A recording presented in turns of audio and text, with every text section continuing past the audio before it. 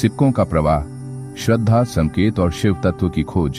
प्रस्तावना, एक आम दृश्य, एक गहरा प्रश्न, हिमालय से निकलती गंगोत्री की शांत धारा हो या नर्मदा के कलकल करती लहरें। भारत की लगभग हर पवित्र नदी के किनारे एक दृश्य सामान्य है।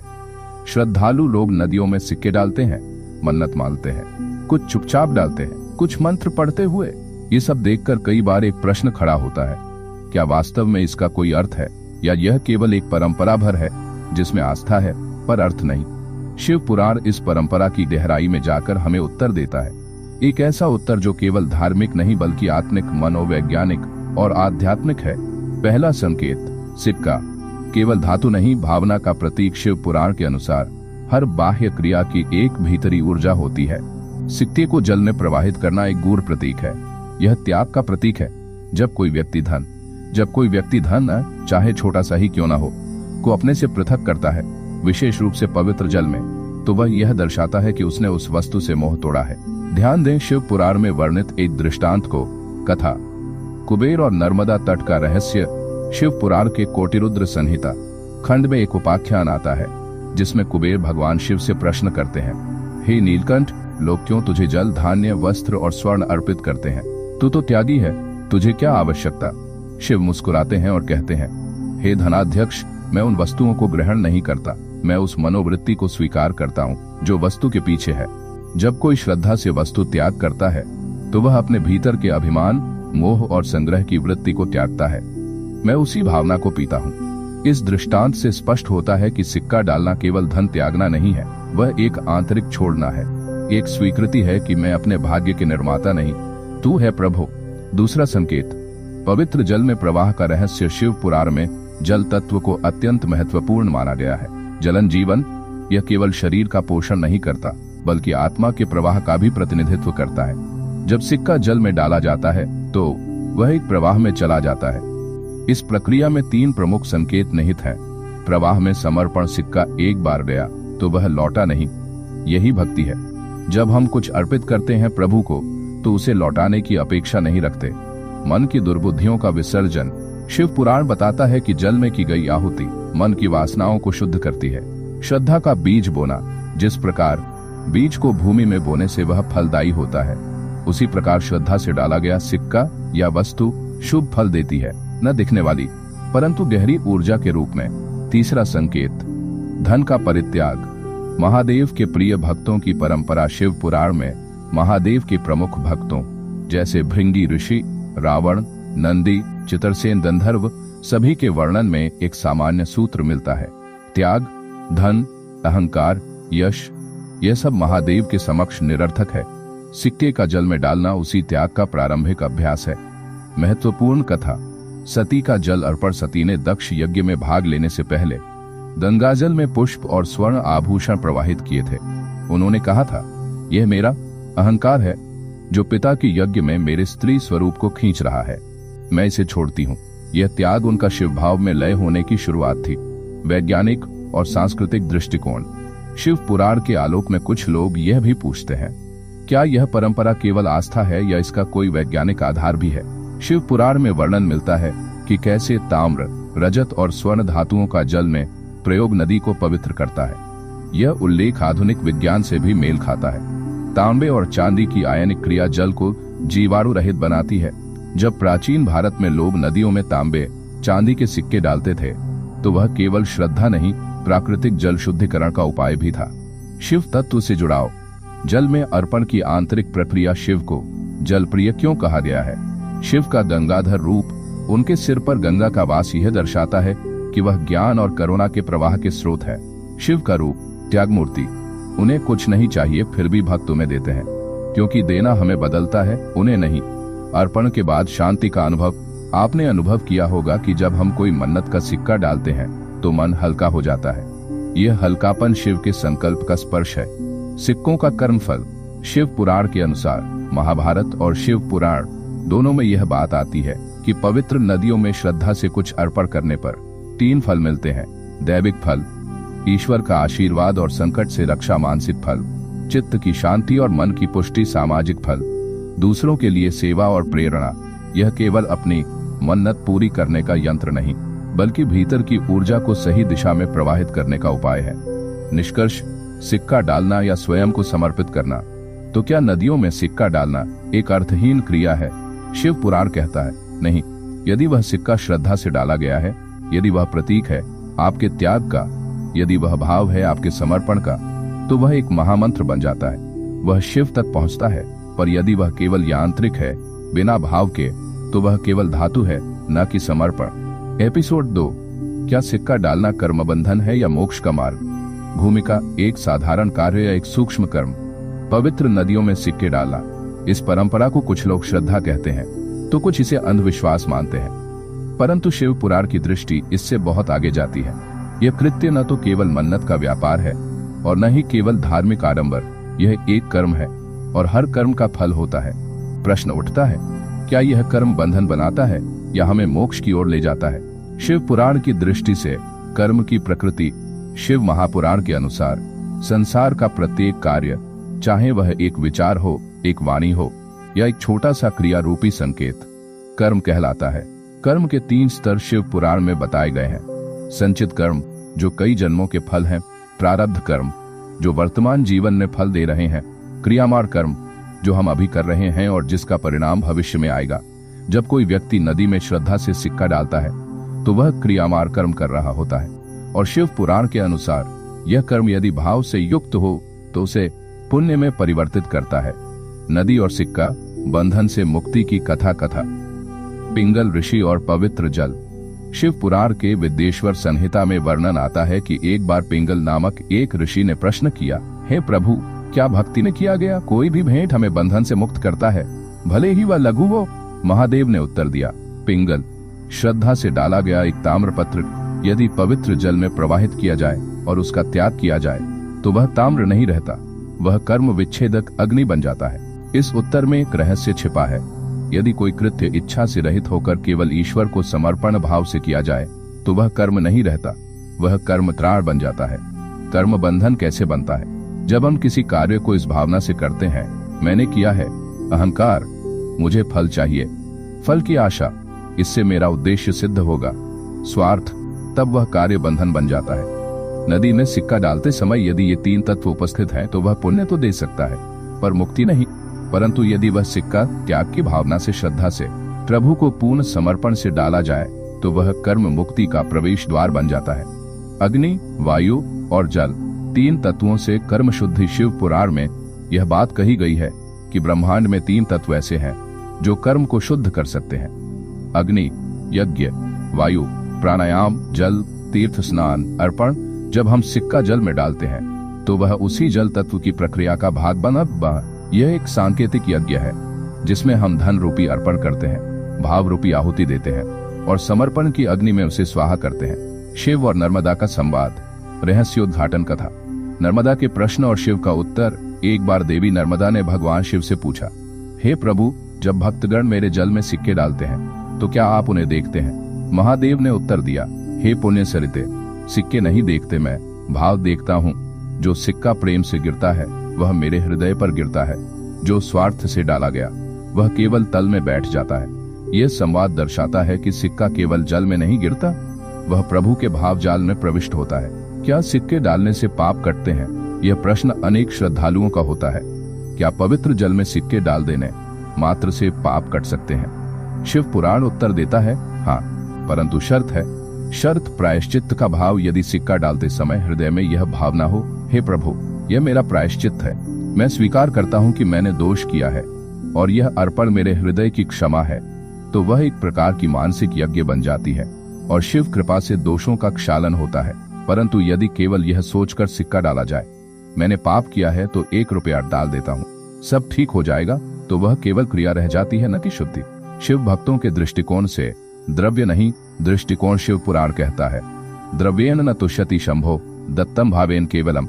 शंभु द्रव्य से नहीं, भाव से तुष्ट होते हैं। इसलिए सिक्का, आभूषण, पुष्प या कोई भी वस्तु, यदि वह केवल सामग्री के रूप में अर्पित की गई हो, तो वह एक सीमित फल देती है। पर यदि वह एक आत्मा के समर्पण का प्रतिनिधित्व करे, तो उसका प्रभाव अनंत होता है। सिक्के का जल में गिरना आत्मा के विलीन होने का प्रतीक। शिव तत्व में आत्मा का विलय ही मोक्ष है।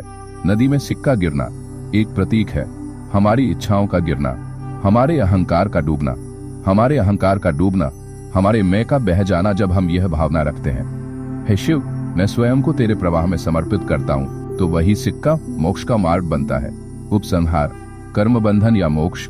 उत्तर आप तय करते हैं। इसका सीधा उत्तर यही है, आपका भाव तय करता है कि सिक्का कर्म बंधन बनेगा या मोक्ष का मार्ग। यदि उसमें समर्पण, प्रायश्चित, सेवा और प्रेम है तो वह साधना बन जाता है। यदि उसमें स्वार्थ, लालच या प्रदर्शन है तो वह बंधन बन जाता है। शिव कहते हैं, जो स्वयं को देता है उसे मैं स्वयं देता हूँ। एपिसोड 3, क्या सिक्के डालना दान है या दिखावा? भूमिका, दान का रूप, दिखावे का भ्रम कभी आपने सोचा है? जब आप नदी में सिक्का डालते हैं तो क्या वह दान कहलाता है या वह केवल एक परंपरा है? कहीं यह श्रद्धा का प्रदर्शन तो नहीं, या फिर गुप्त दान की एक अलक्षित साधना? शिव पुराण में इस प्रश्न का उत्तर गहराई से मिलता है। दान और दिखावे में सूक्ष्म अंतर होता है, भाव ही उस अंतर की रेखा है।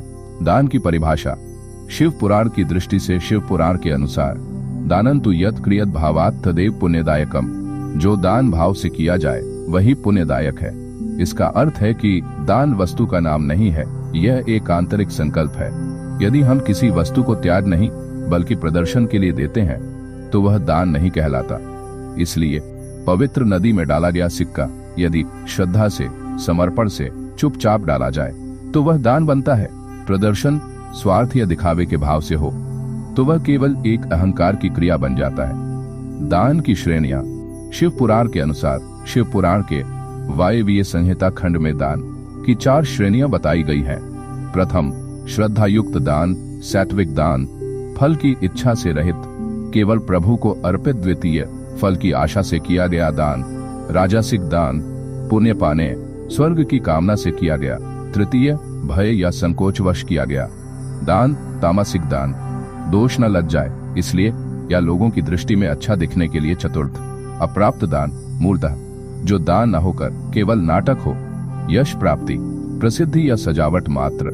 अब यदि हम स्वयं से पूछें, मैं जो सिक्का नदी में डाल रहा हूं वह इनमें से किस श्रेणी का है, तो हम अपने कर्म को धर्म या अधर्म में बदल सकते हैं। कथा, शिव भक्त निषाद और स्वर्ण मुद्रा का रहस्य। शिव पुराण में वर्णित एक कथा अनुसार एक बार एक निषाद, शिकार करने वाला वनवासी व्यक्ति जो बाल्यकाल से ही भोलेनाथ का भक्त था, तीर्थराज प्रयाग में पहुंचा। उसने देखा कि लोग नदी में सोने चांदी के सिक्के, आभूषण और कपड़े अर्पण कर रहे हैं। वह चुपचाप बैठ गया। कुछ समय बाद उसने अपनी कमर से एक ताम्र मुद्रा, तांबे का सिक्का निकाला और आंखें बंद करके जल में समर्पित किया। उसका भाव था, हे प्रभु, मेरे पास देने को और कुछ नहीं, परंतु मेरी आत्मा यह चाहती है कि आप मुझसे कुछ लें। यह मुद्रा मेरी आत्मा की भाषा है। शिव ने उसी क्षण माता पार्वती से कहा, देखो पार्वती, निषाद के उस सिक्के में जो भाव है वह समस्त स्वर्ण मुद्राओं से भारी है। यह कथा स्पष्ट करती है, सिक्के का मूल्य नहीं, मन का मूल्य प्रभु देखते हैं। पवित्र नदी में दान, क्या ये शिव तक पहुंचता है? प्रश्न उठता है, नदी में डाला गया सिक्का जो जल की लहरों में विलीन हो जाता है, वह शिव तक कैसे पहुंचता है? शिव पुराण इसका उत्तर देता है, तत्वतः जलन ही नर्मदा, स्वयं शिव, वास्तव में जल रूपी नर्मदा स्वयं शिव स्वरूप है। इसका अर्थ है, पवित्र नदियां केवल जल नहीं, वे स्वयं शिव तत्व का प्रतीक है। जिस प्रकार गंगा ज्ञान की धारा है, यमुना प्रेम और भक्ति की प्रतीक है, सरस्वती बुद्धि की उजास है और नर्मदा, गोदावरी, कृष्णा आदि शिव तत्व का प्रवाह है। तो जब कोई सिक्का श्रद्धा से जल में समर्पित किया जाता है तो वह प्रत्यक्ष रूप से शिव को अर्पण किया गया दान होता है। दिखावा कैसे पहचाने? दिखावा के कुछ लक्षण शिव पुराण के दृष्टिकोण से। यदि दान के समय आप देख रहे हैं कि लोग देख रहे हैं या नहीं, तो वह दिखावा है। यदि दान करने के बाद मन में संतोष नहीं बल्कि यश की लालसा है, तो वह दिखावा है। यदि दान फोटो खिंचवाने या वीडियो बनाने के लिए किया गया तो वह आत्मवंचना है। सच्चा दान वही है जो छिपकर किया जाए, जैसे सूरज की किरणें जल देती हैं पर स्वयं कुछ नहीं कहती, चंद्रमा शीतलता देता है पर बिना आह्वान के। शिव जी और गोपनीय दान एक कथा शिव पुराण में आती है। एक बार एक ब्राह्मण ने अत्यंत गोपनीय रूप से शिवलिंग के नीचे एक स्वर्ण मुद्रिका दबा दी, ये सोचकर कि किसी को पता न चले कि मैं दान कर रहा हूँ। परंतु उसी रात महादेव प्रकट होकर उस ब्राह्मण को दर्शन देते हैं और कहते हैं, तेरा स्वर्ण नहीं, तेरा संकोच मुझे प्रिय है। शिव केवल द्रव्य नहीं, संकोच रूपी नम्रता को स्वीकार करते हैं। क्या सिक्के डालने से पुण्य मिलता है? उत्तर, हाँ, यदि उद्देश्य पवित्र हो। शिव पुराण में स्पष्ट है कि यदि सिक्का शिव के स्मरण के साथ अर्पित हो, यदि सिक्का त्याज्य भाव से डाला जाए, यदि सिक्का सामाजिक कल्याण की प्रेरणा से हो, तो वह पुण्य बन जाता है। परंतु यदि वही सिक्का लोभ से प्रेरित हो, सिक्का डाल दूं तो नौकरी लग जाएगी, या प्रदर्शन के लिए हो, या अविश्वास के साथ डाला गया हो, तो वह एक सामान्य क्रिया रह जाती है जिसकी आध्यात्मिक ऊर्जा शून्य होती है। क्या नदी में सिक्के डालना बर्बादी है? आधुनिक लोग कहते हैं नदी में पैसा डालना व्यर्थ है। शिव पुराण कहता है यदि श्रद्धा है तो वह व्यर्थ नहीं, यदि अहंकार है तो वह अपवित्र है। परंतु शिव पुराण एक और बात कहता है, यदि वही मुद्रा किसी भूखे को अन्न देने में प्रयोग हो और उसी समय शिव का नाम लिया जाए, तो वह दान 2 गुना फलदायक होता है। इसलिए यदि कोई यह कहे कि मैं नदी में सिक्का डालूं या किसी भूखे को भोजन दूं, तो उत्तर है जहां भावना अधिक गहरी हो वही मार्ग श्रेष्ठ है। एपिसोड 4, क्या नदी में अर्पित सिक्का हमारी कामनाओं को पूरा करता है? भूमिका, श्रद्धा का सिक्का या इच्छा की बोली।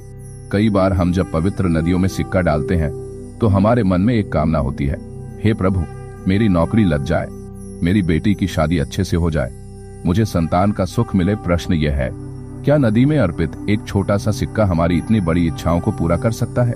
क्या वास्तव में सिक्का हमारी नियति बदलता है? शिव पुराण इस विषय पर अत्यंत सूक्ष्म और स्पष्ट उत्तर देता है।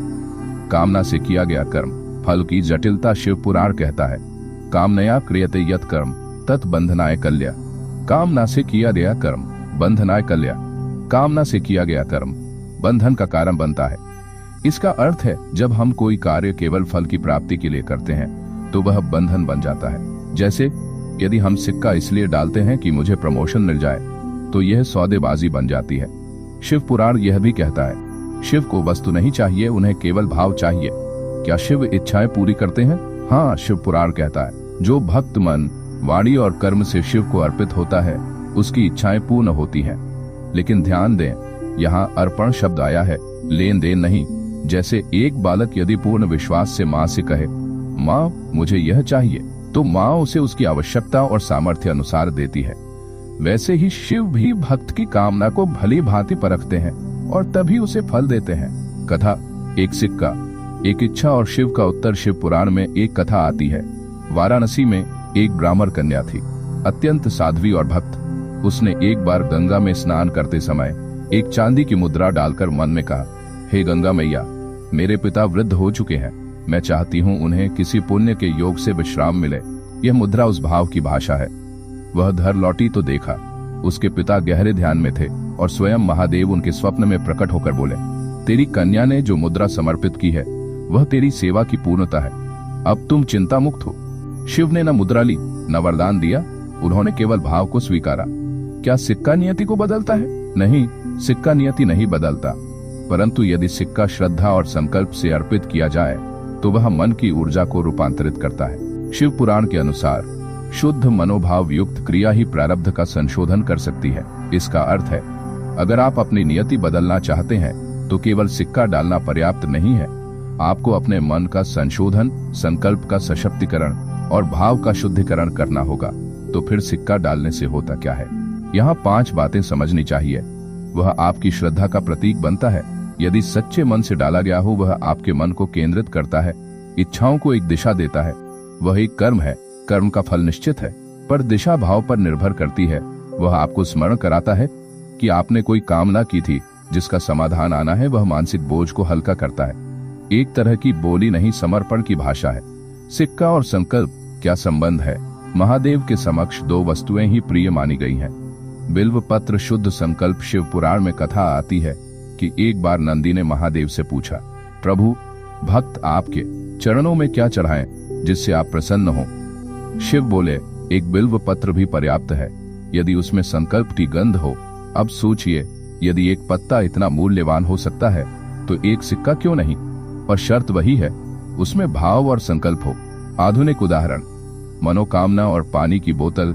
आज भी कुछ लोग पानी की बोतल में सिक्का डालकर घर में रखते हैं और मानते हैं कि नौकरी मिलेगी, व्यापार बढ़ेगा, संतान का कल्याण होगा। शिव पुराण इस प्रकार की धारणा को अंधश्रद्धा नहीं बल्कि मन के नियंत्रण की साधना मानता है। यदि किसी वस्तु में श्रद्धा है और वह मन को पवित्रता की ओर ले जाए तो वह उपाय बन जाती है, पर यदि वह अंधविश्वास का रूप ले ले तो वह बंधन बन जाती है। कामनाओं की पूर्ति। शिव पुराण की सच्ची विधि शिव पुराण कहता है कि इच्छाओं की पूर्ति के लिए केवल 3 उपाय प्रभावी हैं। शिव का स्मरण, नाम ओम नमः शिवाय का नित्य जप, त्याग की भावना, मन में कुछ अर्पण करने की नियत, गुप्त दान, किसी को बिना बताए कुछ देना, चाहे वह सिक्का ही क्यों ना हो। यदि आप नदी में सिक्का डालते समय इन तीनों का संयोजन करें तो आपकी कामना सही मार्ग से शिव तक पहुंचती है। क्या सिक्का डाल देना काफी है? नहीं।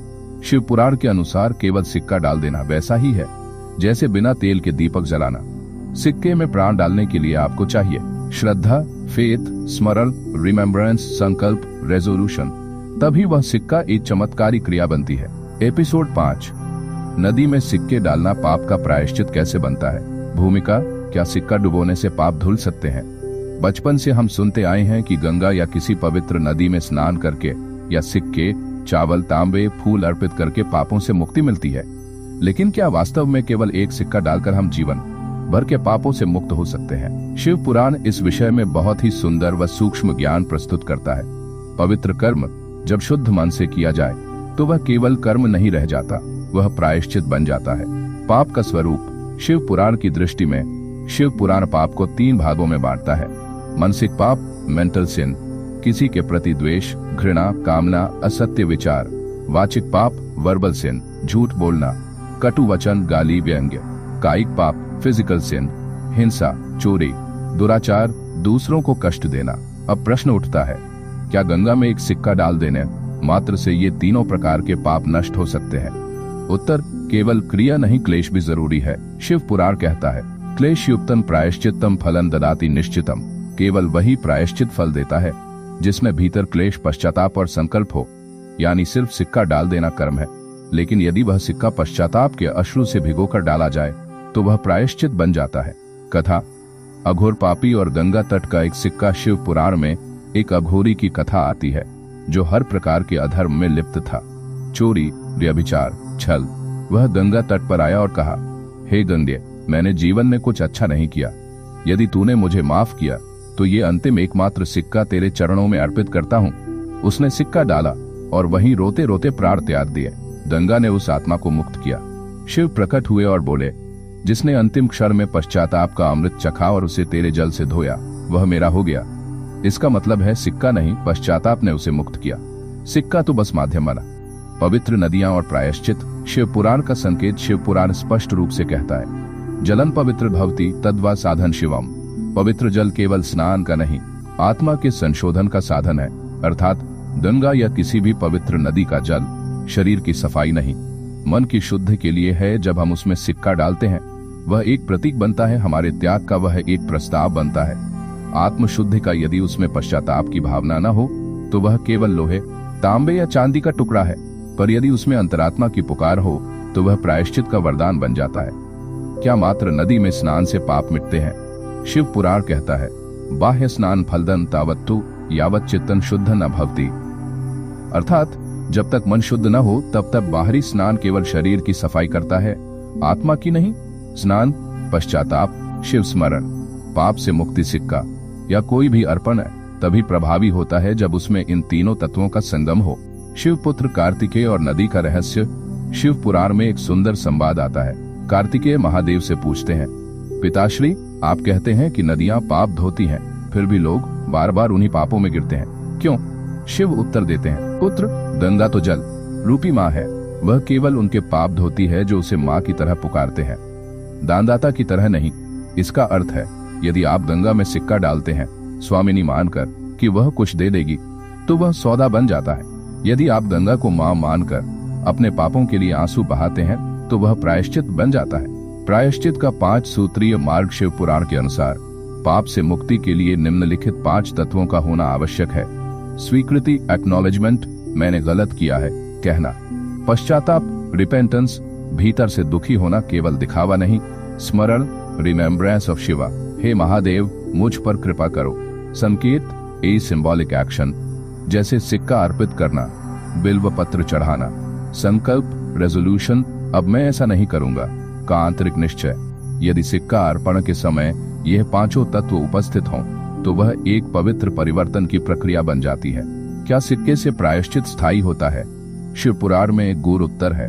जैसे बहता जल नई मिट्टी को बहाकर ले जाता है पर पुनः नई मिट्टी आ जाती है, वैसे ही पाप बहते हैं पर मन पुनः पापों को आमंत्रित करता है। इसका तात्पर्य एक बार सिक्का डालना समाधान नहीं है। आपको निरंतर स्मरण, नित्य साधना और वृत्तियों का अनुशासन बनाए रखना होगा। एपिसोड 6, शिव पुराण का पर्यावरणीय दृष्टिकोण। पवित्र नदियों में सिक्के डालना क्या प्रकृति विरोधी है? प्रस्तावना: आध्यात्म और प्रकृति में कोई विरोध नहीं। शिव पुराण केवल ईश्वर के स्वरूप की व्याख्या नहीं करता, बल्कि धर्म और प्रकृति के सहजीवन की भी स्थापना करता है। शिव स्वयं कैलाशवासी हैं। पहाड़, हिम, नदियां, पशु पक्षी, वनस्पति उनके भक्त हैं, उनके सहचर हैं। तो प्रश्न उठता है, क्या पवित्र नदियों में सिक्के डालना एक धार्मिक आचरण है या प्रकृति का अंधा दोहन? शिव का संदेश: प्रकृति का सम्मान ही मेरी पूजा है। शिव पुराण में भगवान शिव कहते हैं, मम आराधना तदा संपूर्णा भवति यदा जीव प्रकृत्यो हिंसा न क्रियते। मेरी पूजा तब पूर्ण होती है जब जीव और प्रकृति दोनों को कोई क्षति न पहुंचे। इसका अर्थ है, शिव को बिल्व पत्र चढ़ाओ लेकिन पेड़ को घायल मत करो। गंगा में सिक्का डालो लेकिन जल को विषैला मत बनाओ। क्या सिक्के पर्यावरण को नुकसान पहुंचाते हैं? आधुनिक दृष्टि से अब आइए देखें कि पवित्र नदियों में डाले गए सिक्कों से क्या वास्तविक हानि होती है। 1. धातु मिश्रण का जल प्रदूषण। तांबा, निकल, एल्यूमिनियम, सीसा ये सभी सिक्कों में पाए जाते हैं। जल में पड़े ये सिक्के धीरे धीरे धात्विक घुलनशीलता के द्वारा जल में विषैला प्रभाव डालते हैं। 2. मछलियों पर प्रभाव। बहुत से सिक्कों के रासायनिक तत्व जैसे जिंक या निकल मछलियों के स्नायु तंत्र को प्रभावित करते हैं। 3. जलीय वनस्पति पर असर। सिक्कों की धातुएं विशेषकर ऑक्सीडेशन के बाद जल में घुलकर शैवाल, आल्गे के अतिवृद्धि का कारण बनती हैं। इससे ऑक्सीजन की कमी हो जाती है। 4. प्लास्टिक के सिक्कों और फूलों के साथ आने वाला कचरा। धार्मिक आस्थावश लोग सिक्कों के साथ कांच की शीशियां, प्लास्टिक पत्तलें, सिंथेटिक वस्त्र भी बहा देते हैं। शिव पुराण की चेतावनी: धर्म से विज्ञान की ओर संकेत। यदा तीर्थन अपवित्रं भवति तदा धर्मः मृत्युभूतः स्यात्। जब तीर्थ अपवित्र हो जाए तो धर्म मृत्यु समान हो जाता है। अर्थ: जब श्रद्धा से किया गया कर्म अंधश्रद्धा बन जाए और उससे प्रकृति को क्षति हो तो वह धर्म नहीं, अधर्म है। क्या शिव पर्यावरण को देवतुल्य मानते हैं? शिव पुराण में एक अद्भुत संवाद आता है। पार्वती पूछती है, नाथ, आप गंगा, वनों, वायु और पर्वतों से इतना प्रेम क्यों करते हैं? शिव उत्तर देते हैं, पार्वती, ये सब संपूर्ण जीव जगत के प्राणवायु है। मैं उन सभी में निवास करता हूँ जो पेड़ पौधों की रक्षा करते हैं, जो नदियों को अपवित्र नहीं करते। प्रकृति की हत्या मेरा अपमान है। नदी को दानस्थली नहीं मां मानो। शिव का दृष्टिकोण: कई लोग गंगा को केवल दान देने का स्थान मानते हैं, परंतु शिव के लिए गंगा मातृ स्वरूपा है जो केवल लेती नहीं सहेजती है। वह धार्मिक संस्कारों की वाहिका है पर कूड़ा पात्र नहीं। इसलिए शिव पुराण कहता है, या गंगा शिरसा धृता मया सा कथन विषधारा भविष्यति। जिस गंगा को मैंने अपने सिर पर धारण किया है वह विष की धारा कैसे बन सकती है? आज यदि गंगा विषाक्त हो रही है तो ये हमारे कर्मों का परिणाम है, न कि धर्म का आदेश। पुराणों की 3 श्रेणियां। पर्यावरणीय संकेत: शिव पुराण में तीर्थों की श्रेणियां बताई गई हैं। श्रेणी अर्थ व्यवहार: अर्चनीय तीर्थ जहां पूजा की जाए गंगा, यमुना, सरस्वती। संरक्षणीय तीर्थ जहां रक्षा की जाए वन, पर्वत, जलधाराएं। त्याज्य तीर्थ जो अपवित्र हो चुके प्रदूषित नदियां, कूड़े से भरे सरोवर। नदी को अगर हम कूड़ेदान बना दें तो वह अर्चनीय से त्याज्य बन जाती है। शिव की दृष्टि से दान कैसा हो? दानन तद्दत्तन शुद्धे मनसि सदा हिताय प्रकृते है। दान वही है जो शुद्ध मन से हो और प्रकृति को हितकारी हो। इसका अर्थ है, यदि आप नदी में सिक्का डालना चाहते हैं तो ऐसा सिक्का हो जो विघटनशील, बायोडिग्रेडेबल हो या फिर केवल प्रतीकात्मक हो और वास्तविक दान गरीबों की सेवा में हो।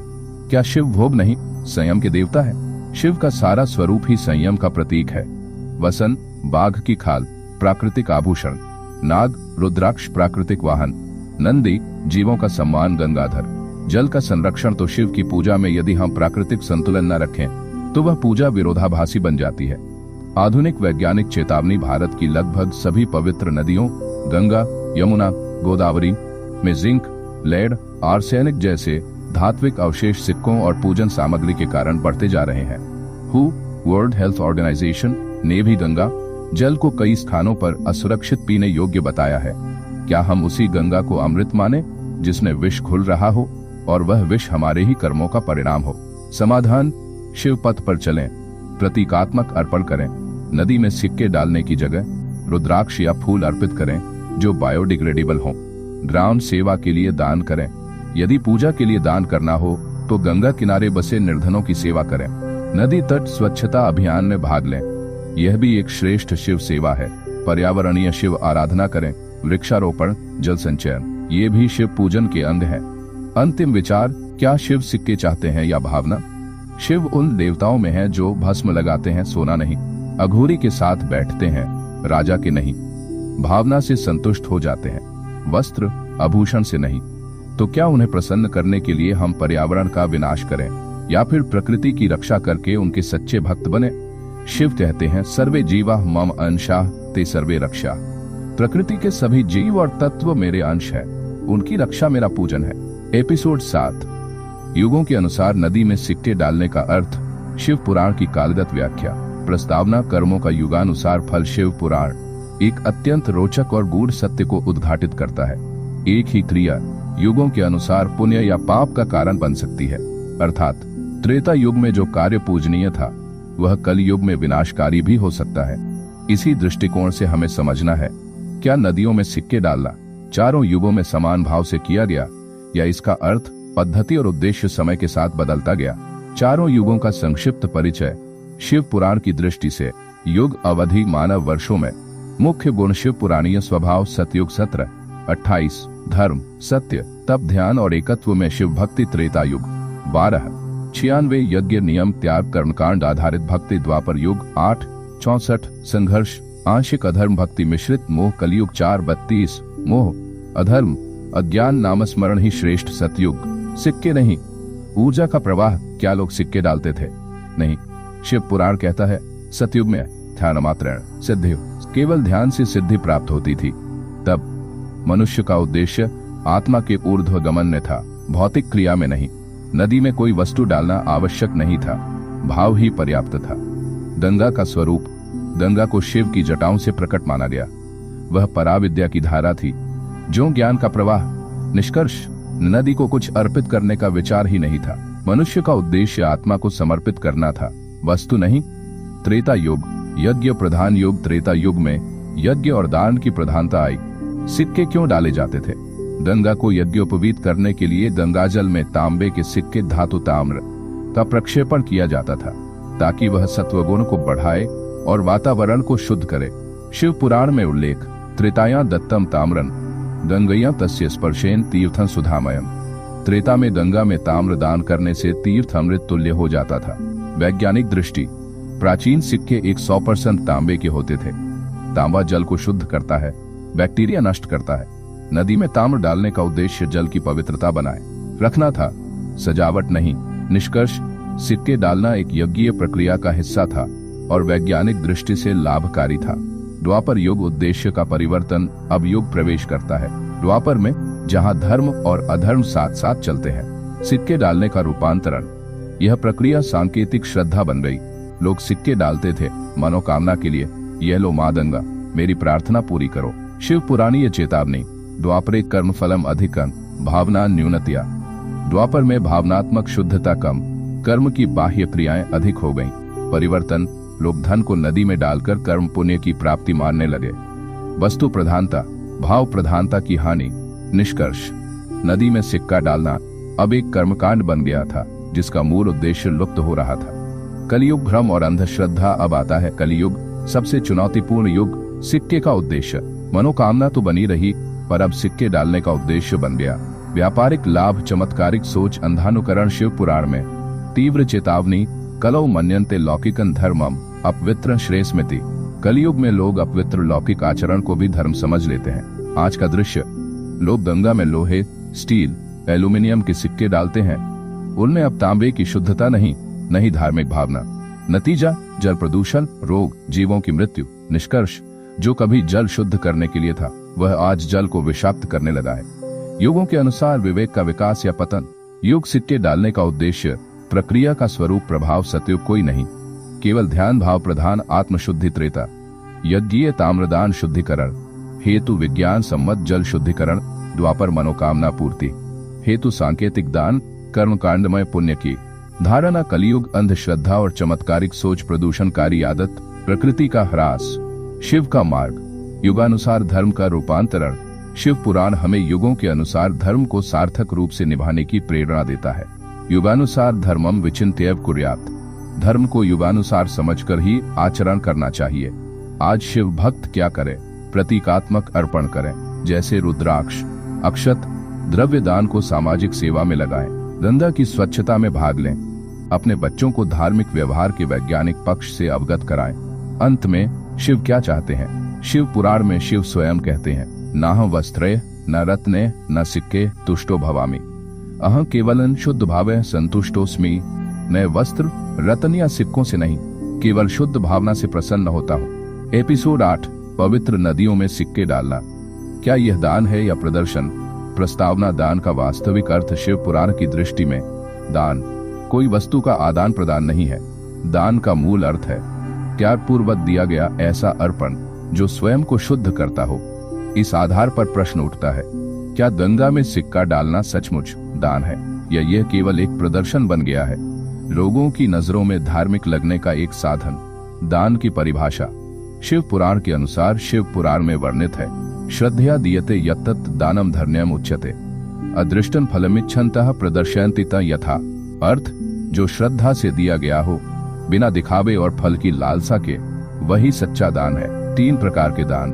प्रकार, लक्षण, फल। सात्विक दान श्रद्धा से योग्य पात्र को उचित समय पर आत्मशुद्धि, पुण्यवृद्धि। राजस दान यश, मान, प्रतिफल की कामना से अल्पकालिक सम्मान, आत्मवृद्धि नहीं। तामस दान अपात्र को बिना श्रद्धा के अज्ञानवश पाप, अहंकार, पतन। अब विचार करें, क्या आप नदी में सिक्का डालते समय सोचते हैं यह किसी के कल्याण के लिए है, या बस यूं ही डाल देते हैं क्योंकि सब डालते हैं? नदी को दान, क्या यह धर्म संगत है? शिव पुराण कहता है, तीर्थं जीवनाय न कर्मनाट्याय। तीर्थ, नदी आदि जीवन के लिए है, न कि धार्मिक नाट्य के लिए। गंगा द्रव्य की नहीं, श्रद्धा की पात्र है। गंगा कोई व्यक्ति नहीं है जो भोजन या वस्त्र से लाभान्वित हो। उसे सिक्का या वस्तु नहीं चाहिए, उसे चाहिए पवित्रता, स्वच्छता और सम्मान। यदि कोई सिक्के को नदी में फेंकता है और वह सिक्का पानी में गलकर जैव प्रदूषण का कारण बनता है, तो क्या वह सचमुच दान हुआ? उत्तर, नहीं, वह दान नहीं, पाप है। सिक्का डालना सामाजिक प्रदर्शन। शिव पुराण में चेतावनी, अन्य दर्शनेन कुर्यात् धर्म सद्धर्मो नश्यति।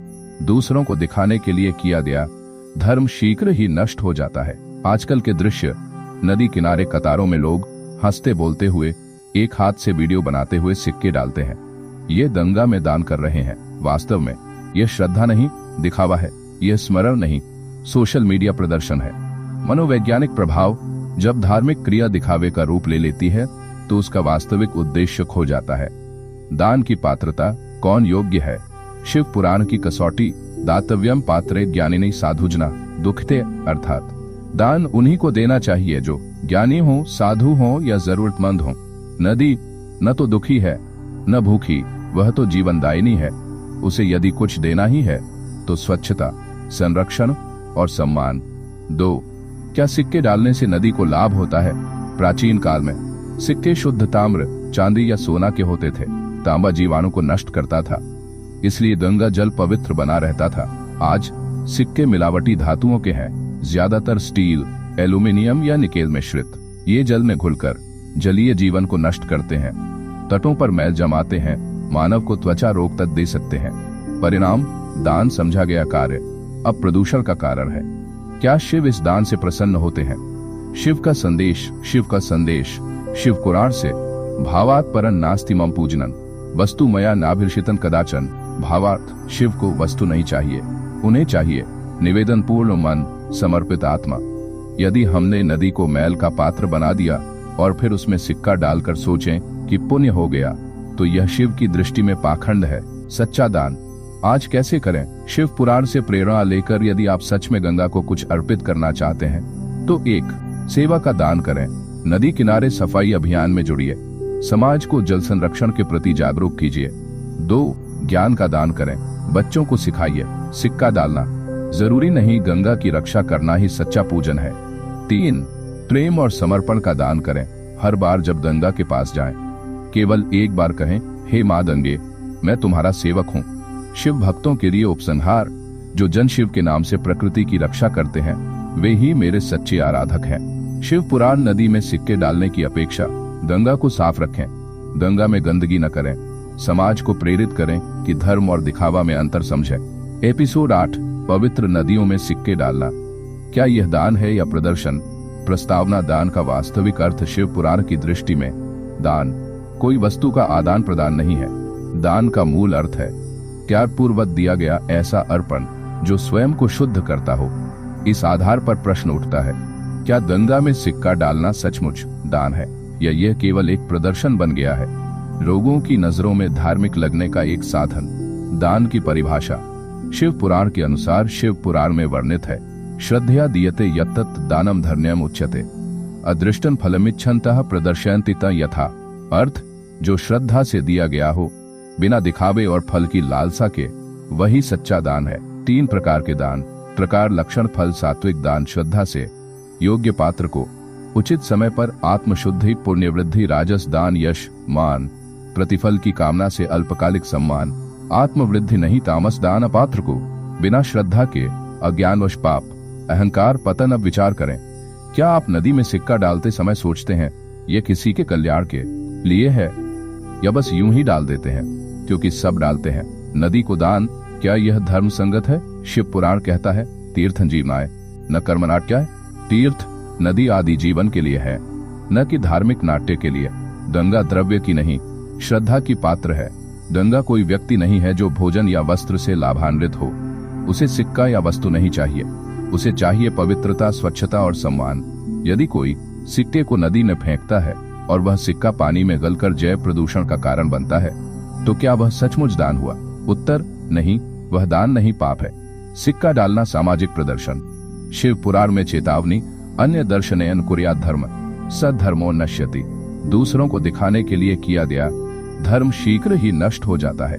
आजकल के दृश्य, नदी किनारे कतारों में लोग हंसते बोलते हुए एक हाथ से वीडियो बनाते हुए सिक्के डालते हैं। ये गंगा में दान कर रहे हैं। वास्तव में यह श्रद्धा नहीं, दिखावा है। यह स्मरण नहीं, सोशल मीडिया प्रदर्शन है।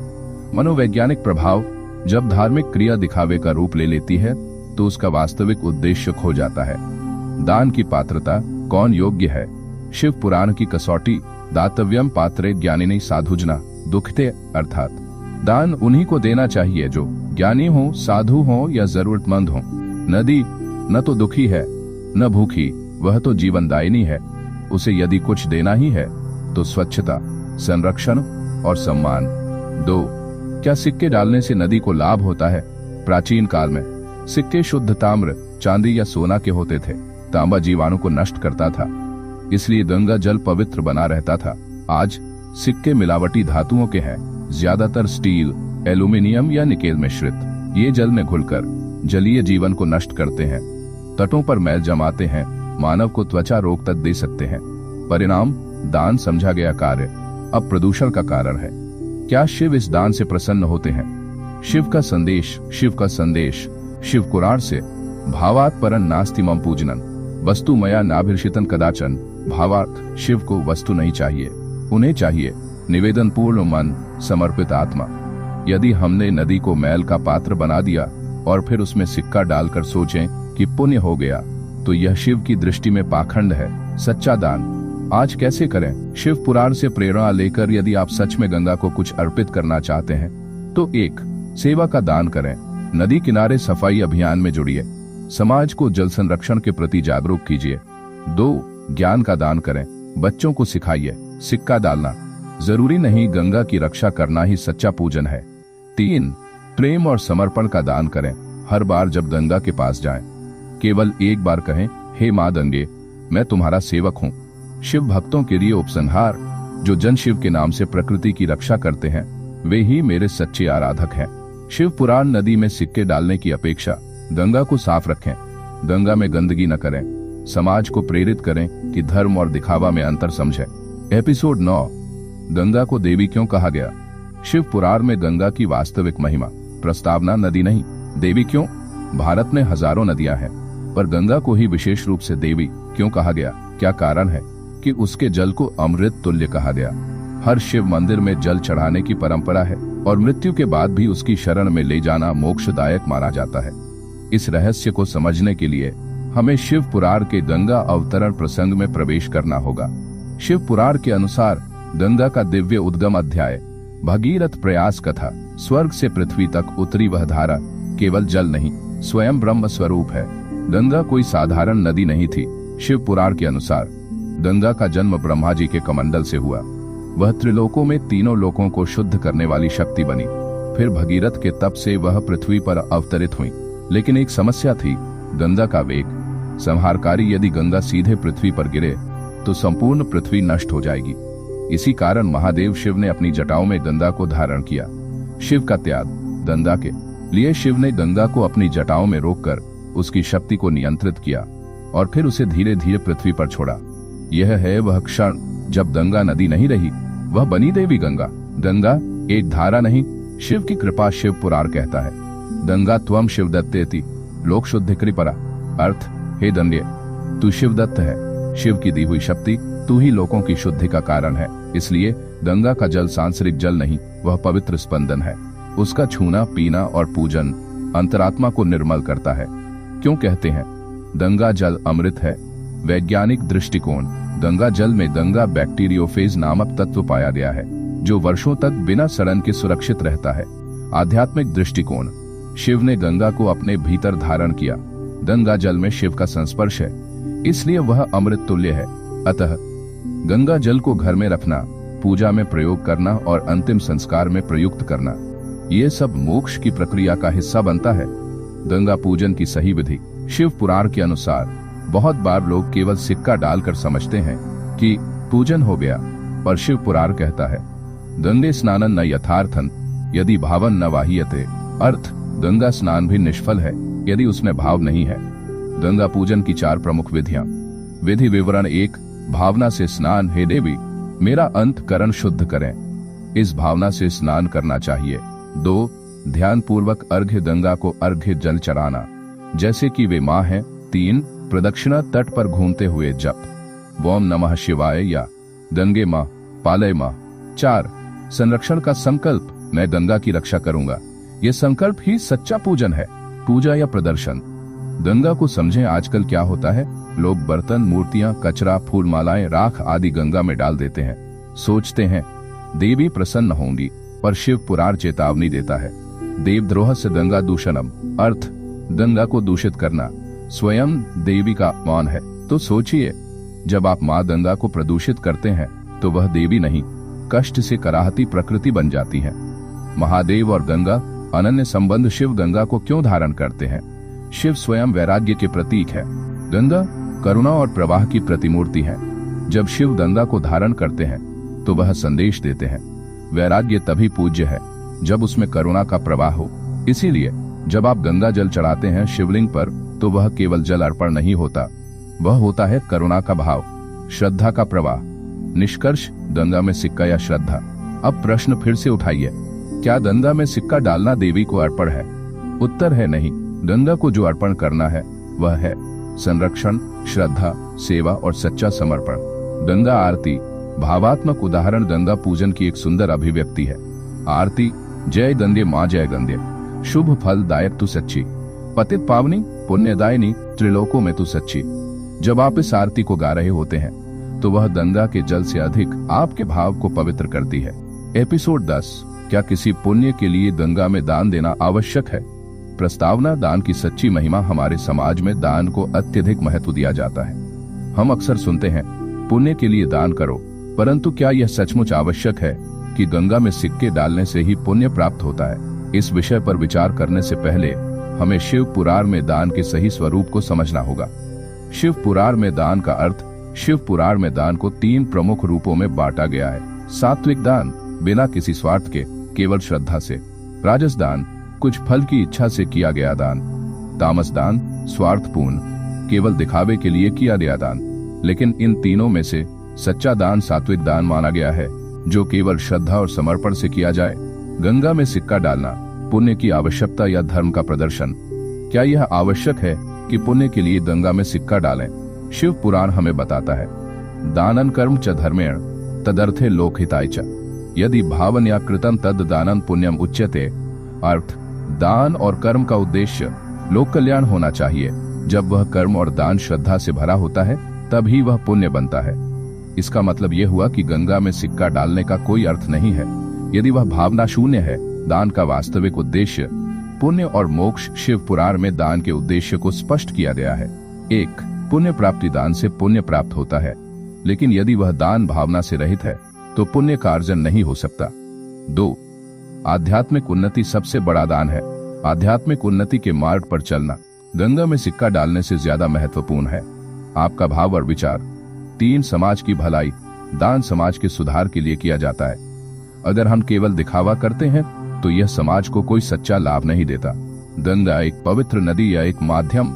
गंगा में सिक्का डालने की पुरानी परंपरा को समझने के लिए हमें यह देखना होगा कि गंगा केवल एक नदी नहीं है, बल्कि एक माध्यम है जो आत्मा के शुद्धिकरण के लिए है। गंगा जल में शिव की शक्ति है। गंगा की धाराएं जब शिव के सिर से निकलती है तो वे केवल जल नहीं है, वे शिव के आशीर्वाद से भरी हुई है। गंगा का जल शुद्ध करता है और जीवन में आध्यात्मिक शांति लाता है। गंगा में सिक्का डालने से क्या होता है? वास्तव में सिक्के डालने का कोई आधिकारिक धार्मिक आधार नहीं है। गंगा में सिक्का डालने से पुण्य तो मिलता नहीं, अगर वह सिर्फ एक कर्म बनकर रह जाए। शिव के अनुसार दान की सबसे श्रेष्ठ विधि शिव पुराण की वाणी में स्पष्ट है। यदि धन से ही पुण्य प्राप्त होता तो मुझसे प्रेम करने वाला व्यक्ति ही श्रेष्ठ होता। पुण्य का वास्तविक अर्थ है निष्कलंक श्रद्धा, शुद्ध प्रेम और स्थिर भाव। दान का उद्देश्य सिर्फ धन देना या सामग्री का आदान प्रदान नहीं है, बल्कि आध्यात्मिक उन्नति की ओर बढ़ना है। शिव का संदेश सच्चा दान है, मन का समर्पण, जो गंगा में सिक्के डालने से कहीं बढ़कर है। यह एक गहरी भावना का कार्य होना चाहिए जो किसी प्रदर्शनी से दूर हो। गंगा में सिक्का डालने की परंपरा समाज का कर्तव्य या आस्था। गंगा में सिक्का डालने की परंपरा को सामाजिक दृष्टिकोण से देखा जाए तो यह एक धार्मिक संस्कार बन गया है जो लोग अपने पापों का निवारण करने के लिए करते हैं। लेकिन क्या यह एक सामाजिक जिम्मेदारी को निभाना है या केवल एक पुरानी परंपरा का पालन? समाज के लिए दान सिक्के डालने से कोई वास्तविक भला नहीं होता। समाज के कल्याण के लिए शुद्ध प्रेम और सेवा सबसे बड़ा दान है। पारंपरिक दृष्टिकोण सिक्के डालने से यह संदेश मिलता है कि लोग विश्वास करते हैं कि गंगा पवित्र है और वह उनके पापों को धो देती है। लेकिन इस परंपरा के अनुकरण में भावनात्मक शुद्धता को नजरअंदाज करना सही नहीं है। गंगा में दान कब और क्यों आवश्यक है? शिव पुराण के अनुसार, किंतु जो मनुष्य अपने पापों से मुक्त होना चाहता है वह गंगा में स्नान करके अपने मन को शुद्ध करता है। यहाँ पर गंगा स्नान और गंगा में दान दो अलग अलग क्रियाएं हैं। गंगा स्नान आत्मिक शुद्धता के लिए, गंगा में दान समाज के कल्याण के लिए। लेकिन यदि वह दान निस्वार्थ और श्रद्धा से नहीं किया गया तो वह पुण्य नहीं देगा। इसलिए गंगा में सिक्का डालना सचमुच आध्यात्मिक लाभ प्रदान नहीं करता जब तक उसमें सच्ची श्रद्धा और भावना न हो। निष्कर्ष, गंगा में सिक्का डालने की सही दृष्टि शिव पुराण के अनुसार गंगा में सिक्का डालना केवल एक कर्म नहीं है, यह आपकी श्रद्धा और मनोभावों का अंश होना चाहिए। सच्चा दान वह है जब आप गंगा के तट को स्वच्छ रखते हैं, गंगा के संरक्षण में योगदान करते हैं और सबसे महत्वपूर्ण बात, जब आप आध्यात्मिक शुद्धता की ओर अग्रसर होते हैं। एपिसोड 11, गंगा के संरक्षण का महत्व। शिव पुराण में क्या कहा गया है? प्रस्तावना, नदी का संरक्षण क्यों महत्वपूर्ण है? हमारे देश में नदियां केवल जल स्रोत नहीं है, बल्कि आध्यात्मिक एवं सांस्कृतिक धरोहर भी हैं। गंगा, यमुना, सरस्वती, नरवार, इन नदियों का संरक्षण हमारे लिए अत्यंत आवश्यक है क्योंकि यह हमारे जीवन का आधार है। लेकिन क्या हम नदियों की वास्तविक महिमा को समझते हैं? क्या हम उनके संरक्षण के लिए सच्चे मन से प्रयास करते हैं? शिव पुराण हमें नदियों के संरक्षण के महत्व को समझाता है, विशेषकर गंगा के बारे में। यह न केवल हमें गंगा के जल से मिलने वाले लाभ के बारे में बताता है, बल्कि उसकी सुरक्षा और सम्मान की आवश्यकता को भी स्पष्ट करता है। गंगा के संरक्षण का महत्व। शिव पुराण में शिव पुराण के अनुसार गंगा सिर्फ एक नदी नहीं है, बल्कि एक देवी है।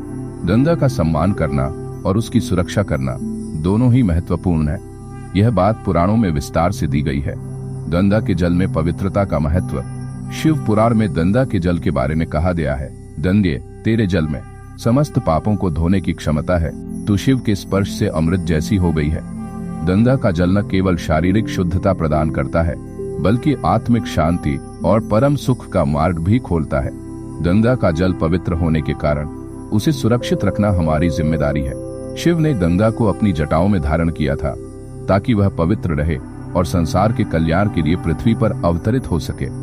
इस प्रकार गंगा का संरक्षण करना हम सभी का धार्मिक कर्तव्य है। गंगा का आध्यात्मिक दृष्टिकोण, गंगा का पानी पवित्रता और शुद्धता का प्रतीक है और इसका संरक्षण करने से यह सिर्फ शारीरिक लाभ नहीं देता बल्कि आध्यात्मिक उन्नति में भी मदद करता है। शिव पुराण में गंगा के महत्व को इस प्रकार बताया गया है। गंगा में स्नान करने से केवल शरीर नहीं बल्कि आत्मा भी शुद्ध होती है। गंगा का जल मोक्ष देने वाला है। गंगा का जल केवल बाहरी शरीर को ही नहीं बल्कि आत्मिक शुद्धि की प्रक्रिया का भी हिस्सा है। गंगा में स्नान करने से या उसके तट पर पूजा करने से व्यक्ति के जीवन से बुराई और पाप समाप्त हो जाते हैं। गंगा का पानी आध्यात्मिक शुद्धि का स्रोत है, लेकिन यदि वह प्रदूषित हो जाए तो यह लाभ प्राप्त नहीं हो सकता। गंगा का संरक्षण समाज की जिम्मेदारी। शिव पुराण में गंगा के महत्व के साथ साथ उसकी सुरक्षा पर भी जोर दिया गया है। गंगा के जल का सम्मान करना हमारी सामाजिक जिम्मेदारी है। यदि हम गंगा को प्रदूषित करते हैं तो हम न केवल प्राकृतिक संसाधनों का नुकसान करते हैं बल्कि हम आध्यात्मिक और सांस्कृतिक धरोहर को भी नष्ट करते हैं। शिव पुराण हमें गंगा के संरक्षण के लिए कई निर्देश देता है, जैसे गंगा के जल को शुद्ध रखना, गंगा में प्रदूषण से बचाने के लिए उचित उपाय करना चाहिए, गंगा तट पर कचरा न डालना, गंगा के तटों को स्वच्छ रखना महत्वपूर्ण है, गंगा में नालों से पानी का आना रोकना, गंगा को दूषित होने से बचाना हमारी जिम्मेदारी है। गंगा के संरक्षण के लिए क्या उपाय है? शिव पुराण के अनुसार गंगा के संरक्षण के लिए विभिन्न उपाय किए जा सकते हैं, जिनमें से कुछ इस प्रकार हैं। 1. स्नान और पूजा। भावनात्मक शुद्धता। गंगा में स्नान करते समय हम न केवल अपने शरीर को शुद्ध करते हैं बल्कि यह एक आध्यात्मिक शुद्धि का प्रतीक भी होता है। गंगा में पूजा करते समय हमें केवल वस्त्र और फूलों की ही नहीं बल्कि अपने मन की भी शुद्धता की आवश्यकता है। यदि हम गंगा में स्नान करते समय केवल शारीरिक लाभ के लिए जाते हैं तो यह उचित नहीं होगा। गंगा को मां की तरह समझकर उसकी पूजा करें और उसकी महिमा को महसूस करें। 2. गंगा तट पर स्वच्छता का ध्यान रखना। गंगा के तटों को स्वच्छ रखना हमारी सामाजिक जिम्मेदारी है। गंगा के तट पर किसी भी प्रकार का कचरा डालना, नालों को उसमें बहाना या गंगा के जल में किसी प्रकार का प्रदूषण डालना, यह गंगा का अपमान है। हमें गंगा के तटों को स्वच्छ रखना चाहिए ताकि उसका जल शुद्ध बना रहे और हम सभी को इसके लाभ मिल सकें। 3. गंगा को बचाने के लिए संगठित प्रयास। गंगा के संरक्षण के लिए सरकारी और निजी स्तर पर प्रयास किए जा सकते हैं। गंगा के प्रदूषण को रोकने के लिए गंगा बेसिन में नालों से पानी को रोकने की योजनाएं बनाई जा सकती हैं। गंगा के किनारे बसी हुई बस्तियों में गंगा के महत्व और उसे शुद्ध रखने के प्रति जागरूकता अभियान चलाए जा सकते हैं। 4. धार्मिक और सामाजिक दृष्टिकोण से गंगा का संरक्षण। गंगा का जल न केवल प्राकृतिक संसाधन है बल्कि आध्यात्मिक भी है। हमें गंगा के जल को पवित्र मानते हुए उसकी सुरक्षा करनी चाहिए। गंगा के जल में किसी प्रकार का अवांछनीय तत्व डालने से हम अपनी संस्कृति और आस्था का अपमान करते हैं। गंगा एक संरक्षक और उद्धारक। गंगा केवल एक नदी नहीं बल्कि एक संरक्षक और उद्धारक है। जब गंगा धरती पर उतरी थी तब भगवान शिव ने उसे अपनी जटाओं में धारण किया था ताकि उसका पवित्र जल दुनिया में आध्यात्मिक शांति का स्रोत बने। शिव पुराण में यह भी कहा गया है, गंगा का जल पवित्र है, वह साक्षात शिव की कृपा है। उसके जल से पाप नष्ट होते हैं और जीवात्मा को मोक्ष की प्राप्ति होती है। इसलिए गंगा के संरक्षण का केवल धार्मिक ही नहीं बल्कि आध्यात्मिक और सामाजिक महत्व है।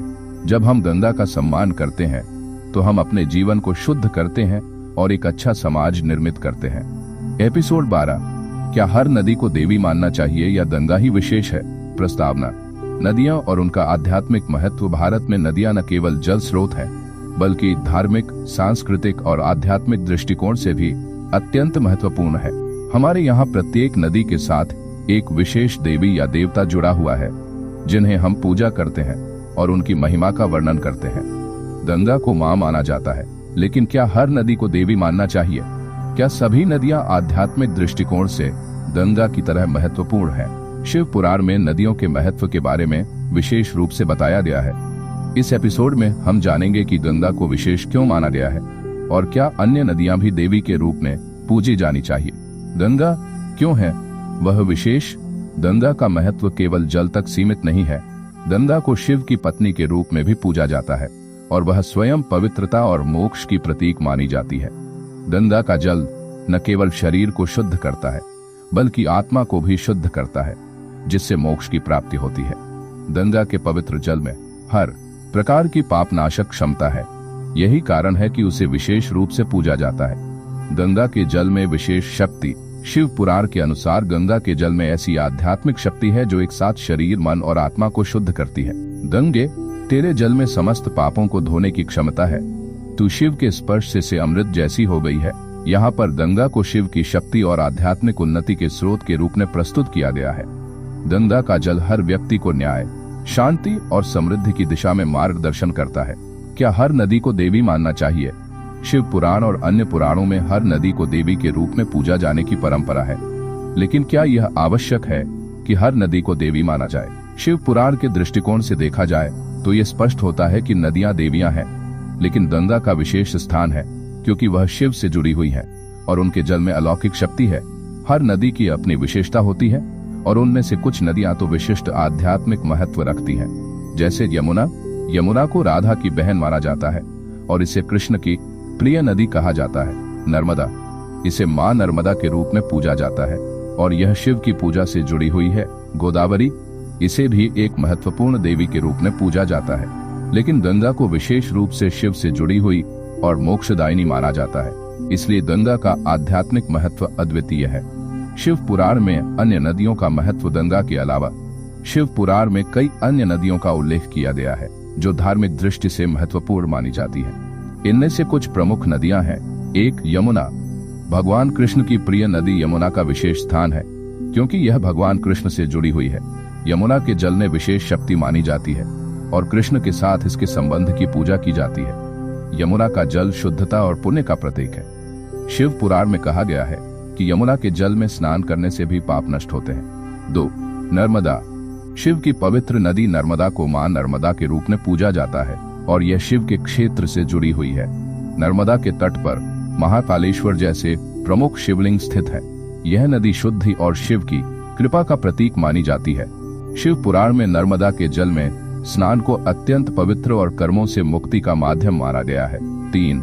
गोदावरी। पुण्य की नदी। गोदावरी को पुण्य की नदी कहा जाता है। यह नदी भी कई तीर्थ स्थलों से जुड़ी हुई है और इसके तट पर कई महत्वपूर्ण धार्मिक स्थल स्थित हैं। गोदावरी के जल से शरीर और आत्मा की शुद्धि होती है। शिव पुराण में गोदावरी के जल में स्नान को सच्चे पुण्य और आध्यात्मिक उन्नति का साधन माना गया है। नदियों के बीच अंतर। क्या सभी नदियां एक जैसी हैं? शिव पुराण में नदियों का उल्लेख करते समय यह कहा गया है कि हर नदी की अपनी विशेषता होती है और प्रत्येक नदी का एक अलग आध्यात्मिक उद्देश्य होता है। गंगा, यमुना, नर्मदा और गोदावरी जैसी नदियां विशिष्ट रूप से पवित्र मानी जाती हैं, जबकि अन्य नदियां भी अपनी पवित्रता में महत्वपूर्ण हैं, लेकिन उनके लिए पूजित मान्यता और पारंपरिक दृष्टिकोण अलग होते हैं। नदी के जल में बसी हुई है देवी की शक्ति, लेकिन गंगा का जल संसार के समस्त पापों को धोने का सामर्थ्य रखता है। अतः गंगा का जल सबसे विशिष्ट और पवित्र माना गया है, जबकि अन्य नदियां भी आध्यात्मिक शुद्धि का साधन है, लेकिन उनकी महिमा गंगा के बराबर नहीं है। निष्कर्ष, गंगा ही विशेष क्यों है? गंगा को विशेष रूप से पूजा जाता है क्योंकि वह शिव के साथ जुड़ी हुई है और आध्यात्मिक शुद्धता और मोक्ष का स्रोत मानी जाती है।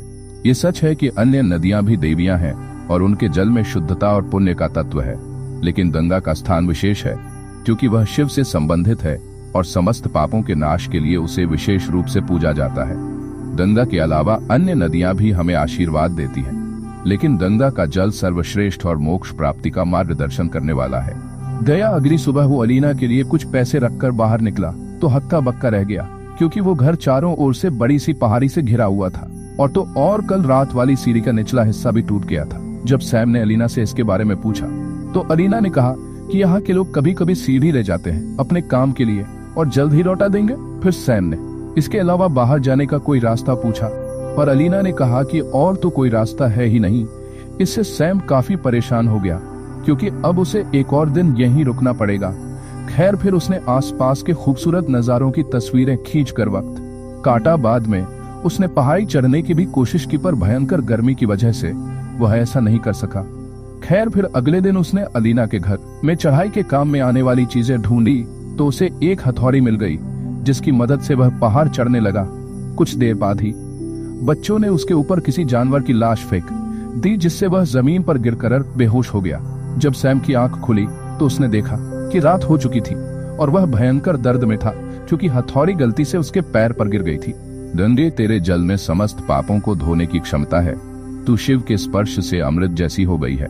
गंगा का जल पवित्र और अमृत के समान है, जो उसके जल से स्नान करने वाले के पापों को धो डालता है। यह विशेष रूप से इस बात को दर्शाता है कि गंगा का जल मात्र शारीरिक सफाई के लिए नहीं, बल्कि आध्यात्मिक शुद्धि के लिए भी अत्यधिक महत्वपूर्ण है। जब कोई व्यक्ति गंगा में स्नान करता है तो वह आध्यात्मिक रूप से शुद्ध हो जाता है और उसकी आत्मा में नकारात्मकता का प्रभाव कम हो जाता है। गंगा में स्नान करने से पापों का नाश। शिव पुराण का दृष्टिकोण। शिव पुराण के अनुसार गंगा में स्नान करने से केवल शारीरिक शुद्धि ही नहीं होती, बल्कि यह व्यक्ति के मन, शरीर और आत्मा को भी शुद्ध करता है। यह माना जाता है कि गंगा का जल पापों के शुद्धिकरण के लिए सर्वोत्तम साधन है। शिव पुराण में यह भी कहा गया है कि गंगा में स्नान करने से सभी प्रकार के पाप समाप्त हो जाते हैं। व्यक्ति को मुक्ति और मोक्ष की प्राप्ति होती है। गंगा के जल से शरीर के समस्त व्याधियां और रोग भी समाप्त होते हैं। गंगा के तट पर सत्संग और ध्यान से व्यक्ति को उच्च आध्यात्मिक अवस्था प्राप्त होती है। गंगा के जल में स्नान करने से व्यक्ति के समस्त पाप समाप्त हो जाते हैं और उसे मोक्ष की प्राप्ति होती है। गंगा में स्नान करने से मनुष्य के जीवन में सुख शांति आती है और उसके पापों की समाप्ति होती है। गंगा का जल और उसके प्रभाव। शिव पुराण में गंगा के जल के प्रभावों को बहुत विस्तार से वर्णित किया गया है। इसमें यह कहा गया है कि गंगा का जल शक्ति से भरपूर होता है और यह दुष्कर्मों से मुक्ति पाने का एक अचूक साधन है। इसके कुछ महत्वपूर्ण प्रभाव इस प्रकार हैं। 1. पापों का नाश। गंगा में स्नान करने से आध्यात्मिक पापों और शारीरिक पापों का नाश होता है। गंगा के जल में स्नान से किसी भी प्रकार के कर्म का दुष्प्रभाव समाप्त हो जाता है, चाहे वह पाप हो या कोई भी नकारात्मक क्रिया। 2. मोक्ष की प्राप्ति। गंगा का जल मोक्ष प्राप्ति का एक प्रमुख साधन माना जाता है। गंगा में स्नान करने से व्यक्ति को पाप मुक्ति और मोक्ष की प्राप्ति होती है। यह प्रक्रिया व्यक्ति के आत्मा को शुद्ध करती है और उसे संसार के बंधनों से मुक्त करती है। 3. शारीरिक और मानसिक शुद्धि। गंगा के जल से केवल आत्मा की ही शुद्धि नहीं होती, बल्कि यह शारीरिक और मानसिक शुद्धि का भी एक साधन है। गंगा में स्नान करने से शारीरिक रोगों का नाश होता है और व्यक्ति की मानसिक स्थिति भी शांति प्राप्त करती है। गंगा के जल का सेवन करने से आध्यात्मिक जागरूकता बढ़ती है और सकारात्मकता का अनुभव होता है।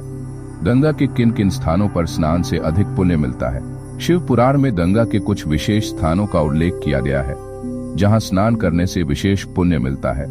इन स्थानों पर गंगा के जल में स्नान करने से व्यक्ति के पाप समाप्त हो जाते हैं और उसे अत्यधिक पुण्य प्राप्त होता है। 1. हरिद्वार।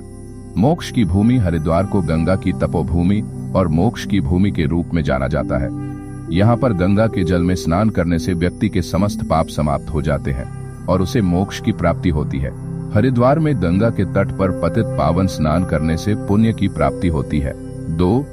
ऋषिकेश। ध्यान और साधना का केंद्र। ऋषिकेश में गंगा का जल विशेष रूप से आध्यात्मिक शुद्धि के लिए महत्वपूर्ण है। यहाँ के शांत वातावरण में गंगा के जल में स्नान करने से व्यक्ति के द्वारपाल और आध्यात्मिक कष्ट समाप्त हो जाते हैं। यह स्थान ध्यान और साधना का केंद्र माना जाता है, जहाँ गंगा के जल से स्नान करने से आत्मा की शुद्धि होती है। 3. वाराणसी। गंगा के किनारे देवों का निवास। वाराणसी में गंगा का जल निवास और पवित्रता का प्रतीक है। यहाँ गंगा में स्नान करने से न केवल शारीरिक शुद्धि होती है, बल्कि आध्यात्मिक उन्नति भी प्राप्त होती है। वाराणसी का गंगा जल पापों का नाश और जीवन के कष्टों का समाधान करता है। निष्कर्ष, गंगा का जल और पापों का नाश। गंगा का जल केवल शारीरिक शुद्धि का साधन नहीं, बल्कि आध्यात्मिक शुद्धि का भी प्रमुख स्रोत है। शिव पुराण के अनुसार गंगा में स्नान करने से सभी प्रकार के पाप नष्ट होते हैं और व्यक्ति को मोक्ष की प्राप्ति होती है। गंगा के जल में विशेष शक्ति है जो पापों का नाश करती है और जीवन में सुकून और शांति प्रदान करती है। यह माना जाता है कि गंगा में स्नान करने से व्यक्ति के जीवन से समस्त व्याधियां, कष्ट और सांसारिक बंधन समाप्त हो जाते हैं। एपिसोड 14। क्या गंगा के जल के प्रभाव केवल शारीरिक शुद्धि तक सीमित है या इसका आध्यात्मिक प्रभाव भी है? प्रस्तावना। गंगा का जल शारीरिक और आध्यात्मिक प्रभाव। हमारे धर्म ग्रंथों में गंगा के जल के बारे में जो वर्णन किया गया है वह केवल शारीरिक शुद्धि तक सीमित नहीं है, बल्कि इसका आध्यात्मिक प्रभाव भी अत्यधिक महत्वपूर्ण है। गंगा को आध्यात्मिक उन्नति और मोक्ष का साधन माना जाता है और इसके जल का प्रभाव व्यक्ति के जीवन में सकारात्मक परिवर्तन लाता है। यह माना जाता है कि गंगा का जल आध्यात्मिक दृष्टिकोण से एक अमृत के समान है, जो न केवल शरीर को शुद्ध करता है बल्कि आत्मा को भी शुद्ध करता है। इस एपिसोड में हम यह जानेंगे कि गंगा के जल का प्रभाव सिर्फ शारीरिक शुद्धि तक सीमित नहीं है, बल्कि यह व्यक्ति की आध्यात्मिक उन्नति के लिए भी अत्यधिक महत्वपूर्ण है। गंगा के जल में शारीरिक शुद्धि। गंगा का जल शारीरिक रूप से शुद्ध करने के लिए विशेष रूप से महत्वपूर्ण माना जाता है। यह केवल शारीरिक पापों और व्याधियों को नष्ट करने के लिए नहीं, बल्कि पूरे शरीर को पवित्रता और संतुलन प्रदान करता है। गंगा में स्नान करने से व्यक्ति के समस्त रोग और शारीरिक कष्ट समाप्त हो जाते हैं। यहाँ तक कि गंगा के जल को औषधि के रूप में भी उपयोग किया जाता है और इसका सेवन करने से व्यक्ति को अनेक लाभ होते हैं। गंगा के जल की चिकित्सा शक्ति। शिव पुराण में गंगा के जल के बारे में यह कहा गया है, गंगा के जल में वह शक्ति है जो प्रत्येक रोग को नष्ट करती है। गंगा के जल से स्नान करने से शरीर की सारी व्याधियां समाप्त हो जाती हैं। गंगा के जल में एक औषधीय गुण होता है जो स्वास्थ्य के लिए लाभकारी है। गंगा के तट पर स्नान करने से व्यक्ति के समस्त शारीरिक कष्ट और रोग दूर होते हैं। यह जल हमारे शरीर को स्फूर्ति और ऊर्जा प्रदान करता है। गंगा के जल का आध्यात्मिक प्रभाव। हालांकि गंगा का जल शारीरिक शुद्धि के लिए अद्भुत माना जाता है, इसके आध्यात्मिक प्रभावों का महत्व भी अत्यधिक है। शिव पुराण और अन्य धर्म ग्रंथों में गंगा को आध्यात्मिक शुद्धि और मोक्ष की प्राप्ति के लिए सर्वोत्तम साधन माना गया है। गंगा के जल में स्नान करने से व्यक्ति आध्यात्मिक उन्नति की ओर अग्रसर होता है। यह माना जाता है कि गंगा का जल मनुष्य के पापों को धोने के साथ साथ उसकी आत्मा को शुद्ध करता है। गंगा में स्नान और आत्मा की शुद्धि। शिव पुराण में गंगा के जल के आध्यात्मिक प्रभाव को इस प्रकार वर्णित किया गया है, गंगा के जल में स्नान करने से व्यक्ति के पाप समाप्त हो जाते हैं और वह आत्मा की शुद्धि प्राप्त करता है। गंगा का जल केवल शारीरिक सफाई का साधन नहीं, बल्कि यह आत्मा की सफाई भी करता है। जब कोई व्यक्ति गंगा में स्नान करता है तो वह केवल अपने शरीर को शुद्ध नहीं करता, बल्कि उसकी आत्मा भी शुद्ध होती है। गंगा के जल में स्नान करने से नकारात्मक विचार और पाप समाप्त होते हैं और व्यक्ति के जीवन में आध्यात्मिक शांति आती है। गंगा के जल से आत्मा को शुद्धि प्राप्त होती है। गंगा का जल केवल शरीर को शुद्ध नहीं करता, बल्कि यह आत्मा की शुद्धि के लिए भी अत्यधिक महत्वपूर्ण है। गंगा के जल में स्नान करने से व्यक्ति के मन और चित्त में शुद्धता आती है।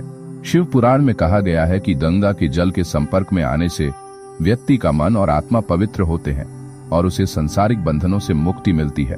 गंगा और मोक्ष। गंगा का जल मोक्ष की प्राप्ति का एक प्रमुख साधन माना जाता है। जब कोई व्यक्ति गंगा के जल में स्नान करता है तो वह अपने पापों से मुक्त होता है और मोक्ष की प्राप्ति करता है। शिव पुराण के अनुसार गंगा में स्नान करने से व्यक्ति को जीवन मरण के बंधन से मुक्ति मिलती है और वह संसार के चक्र से बाहर निकलता है। गंगा में स्नान करने से व्यक्ति को पापों से मुक्ति मिलती है और वह मोक्ष को प्राप्त करता है। यह माना जाता है कि गंगा का जल पापों के शुद्धिकरण के अलावा आध्यात्मिक उन्नति का भी एक साधन है। गंगा का जल हमें ध्यान, भक्ति और सच्चाई की ओर अग्रसर करता है। गंगा के जल का आध्यात्मिक महत्व। एक उदाहरण। शिव पुराण में एक कथा वर्णित है जिसमें गंगा के जल से एक भक्त की आत्मा की शुद्धि होती है। यह कथा हमें यह समझाती है कि गंगा का जल न केवल शारीरिक शुद्धि का साधन है, बल्कि यह एक व्यक्ति के जीवन को आध्यात्मिक रूप से परिवर्तित कर सकता है। कथा। गंगा के जल से आत्मा की शुद्धि। एक समय की बात है, एक ब्राह्मण जिसका जीवन पापों से भरा हुआ था, उसने गंगा के तट पर जाकर गंगा में स्नान किया। उसने अपने पापों से मुक्ति पाने के लिए गंगा के जल में डुबकी लगाई और उसी दौरान उसे आध्यात्मिक शांति का अनुभव हुआ। गंगा के जल ने उसे अपने पापों से मुक्त किया और उसकी आत्मा को शुद्ध किया। उसने गंगा के जल में स्नान करके सत्य, धर्म और आध्यात्मिक उन्नति के मार्ग पर चलने की शपथ ली। यह कथा हमें यह सिखाती है कि गंगा का जल केवल शारीरिक शुद्धि के लिए नहीं, बल्कि यह आध्यात्मिक शुद्धि का भी एक प्रमुख साधन है। गंगा के जल का संपर्क व्यक्ति को आध्यात्मिक उन्नति की ओर प्रेरित करता है और उसे मोक्ष की प्राप्ति में सहायता करता है। निष्कर्ष। गंगा का जल और आध्यात्मिक उन्नति। गंगा का जल आध्यात्मिक शुद्धि का प्रतीक है और यह केवल शारीरिक शुद्धता तक सीमित नहीं है। शिव पुराण के अनुसार गंगा में स्नान करने से व्यक्ति के समस्त पाप समाप्त हो जाते हैं और उसे आध्यात्मिक शांति प्राप्त होती है। गंगा का जल आध्यात्मिक उन्नति का एक अद्वितीय साधन है जो व्यक्ति को मोक्ष और आध्यात्मिक शांति की ओर अग्रसर करता है। गंगा का जल न केवल शारीरिक लाभ देता है बल्कि यह आत्मिक और आध्यात्मिक लाभ प्रदान करता है जो व्यक्ति के जीवन को सार्थक बनाता है। एपिसोड 15, गंगा के जल का महत्व अन्य नदियों के मुकाबले क्यों अधिक माना जाता है। प्रस्तावना: गंगा का अद्वितीय महत्व। गंगा न केवल भारतीय संस्कृति में महत्वपूर्ण स्थान रखती है बल्कि यह पवित्रता, भक्ति और मोक्ष का प्रतीक भी मानी जाती है।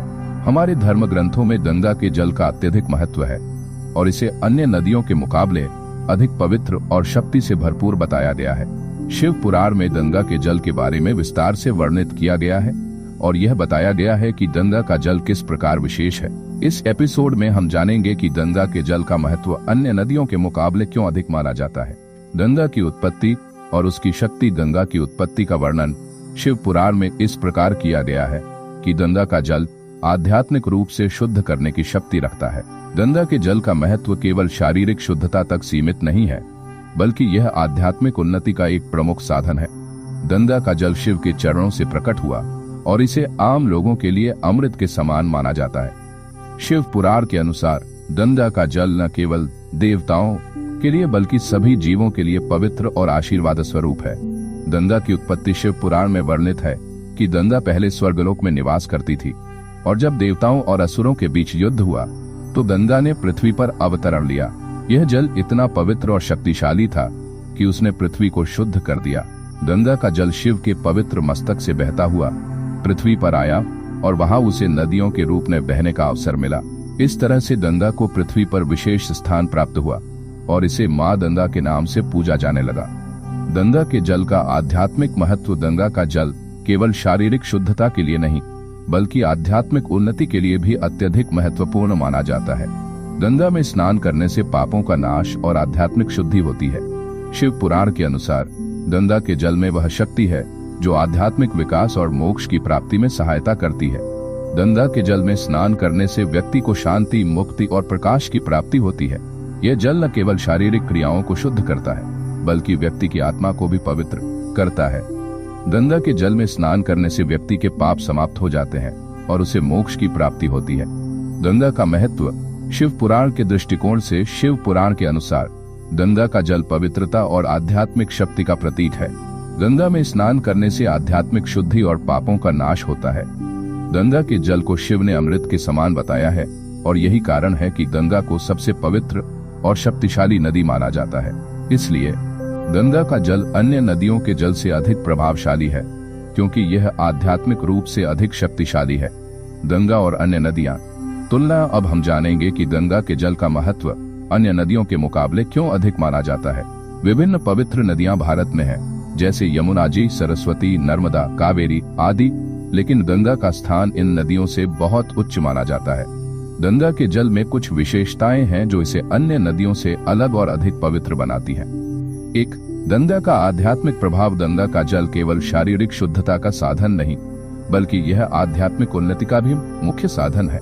इसके जल में विशेष आध्यात्मिक शक्ति और दिव्य गुण है जो अन्य नदियों के जल में नहीं पाए जाते।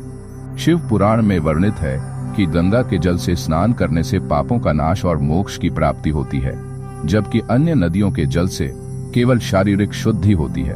2. गंगा का दिव्य इतिहास। गंगा के जल का इतिहास भी अत्यधिक दिव्य और अद्भुत है। गंगा का आविर्भाव शिव के मस्तक से हुआ और यह जल पूरे पृथ्वी पर आध्यात्मिक शक्ति को फैलाने के लिए आया। वहीं अन्य नदियां जैसे यमुना जी या नर्मदा का इतिहास भी महत्वपूर्ण है लेकिन वे गंगा के जैसे अद्वितीय और दिव्य नहीं मानी जाती। गंगा का जल विशेष रूप से शिव और विष्णु के आशीर्वाद से मिलता है जो इसे अन्य नदियों से अलग करता है। 3. गंगा के जल में विशेष ऊर्जा। गंगा का जल विशेष ऊर्जा और आध्यात्मिक प्रकाश से भरा हुआ माना जाता है। गंगा में स्नान करने से व्यक्ति को शारीरिक शुद्धि के अलावा आध्यात्मिक शक्ति और प्रकाश प्राप्त होता है। यह जल न केवल शरीर की सफाई करता है बल्कि व्यक्ति के मन,